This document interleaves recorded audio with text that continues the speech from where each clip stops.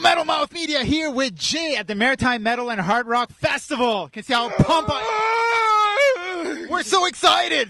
This is the first one done in the Maritime. Like, there's a lot of festival, but there was none that are hard rock and metal specifically. What made you want to do this in the first place?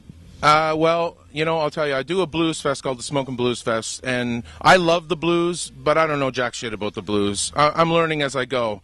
I wanted to prove to this venue that an event could be done the right way with the right team and the right bands and the right quality of music. And it took me 2 years, almost 3 years, to kind of talk them into letting me do this event here as a hard rock and metal event. And I proved it with my Blues Fest. And furthermore, nobody else was really stepping up to the plate to do it and put the needed commitment into it, and I want to expose the maritime metal bands to the masses as they deserve to be. I really think that a lot of the bands that are playing this show today and will play in successive years would be hugely known if they were not in the Maritimes, because we have a low population. We also have a very sporadic geographical layout, so it's hard for bands to get continuous lineup of gigs. I want to change this. I want people from Quebec, Ontario to start coming in, Maine, and go, we want maritime metal, and oh my God, we know where to get it.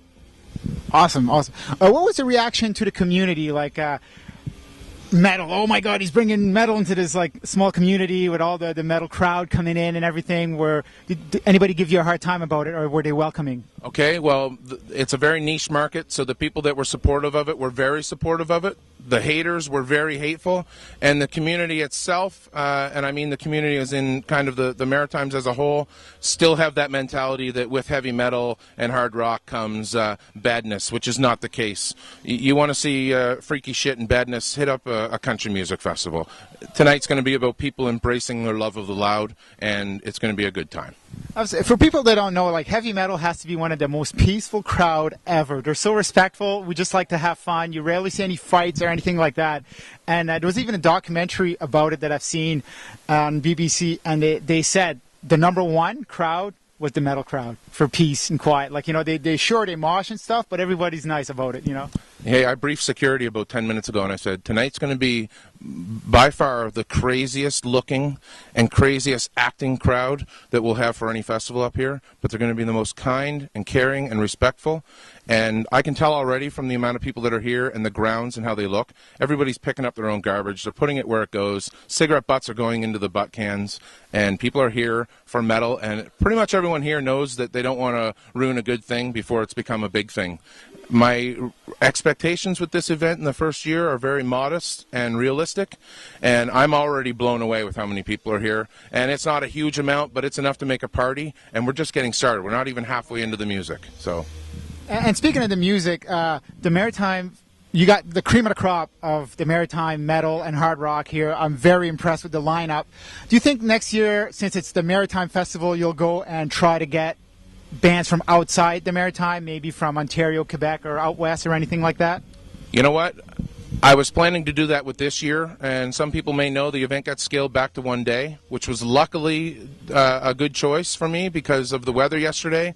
I was originally going to bring in a band and maybe fly in a band. What happens then is it reflects on ticket prices, and it just made it a little tougher for me financially to put the risk in for 2 days. So I'm testing the waters. The waters have been tested. If not another person comes here tonight, we still got a party. We still got some metal madness, and the bands are loving it. The fans are loving it, and I want every person to leave here telling all their friends that didn't come and doubted it what suckers and fools they are. Oh, I agree. So far, it's a blast. I'm having the time of my life. And the thing that I love about this concert is everything that you can't do at all festival, you can do at this one. You're allowed to bring your own alcohol. You can bring your own food, umbrella, lawn chair. It's fantastic. Like, I love it. It's great. There's on-site camping available as well. The toilets are all flush toilets. There's no overflowing porta potties. If I tell the venue owners that we are going to maybe need 20 more toilets for next year, they're going to build 20 more toilets and plumb them and sinks and very clean facilities. The canteen food is great.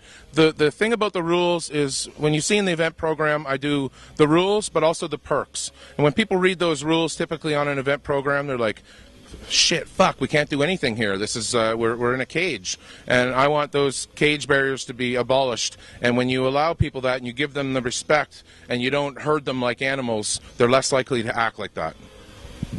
And you did it in September, and September we can get a lot of weather like this and stuff. Do you think next year maybe you'll have it a little before, maybe just before the student goes to school or something like that? Or I think the heavy metal gods of thunder are happy that I'm holding it at this time. There's a strategy to this event. Summers in Nova Scotia are stretching longer. They're beginning later and they're stretching longer into September. I'm tapping into that climate change, and by Maritime Metal and Hard Rock Fest 10, it's going to be full-on summertime at this time. People are able to camp up here. It's halfway into September. Yeah, we just barely missed a hurricane. And if the hurricane would have came, so be it. I would have dealt with it, and there would still have been a year too. But it's all about just persistence, perseverance, and the fact that school's right back in, you know, for the high school metalheads and headbangers.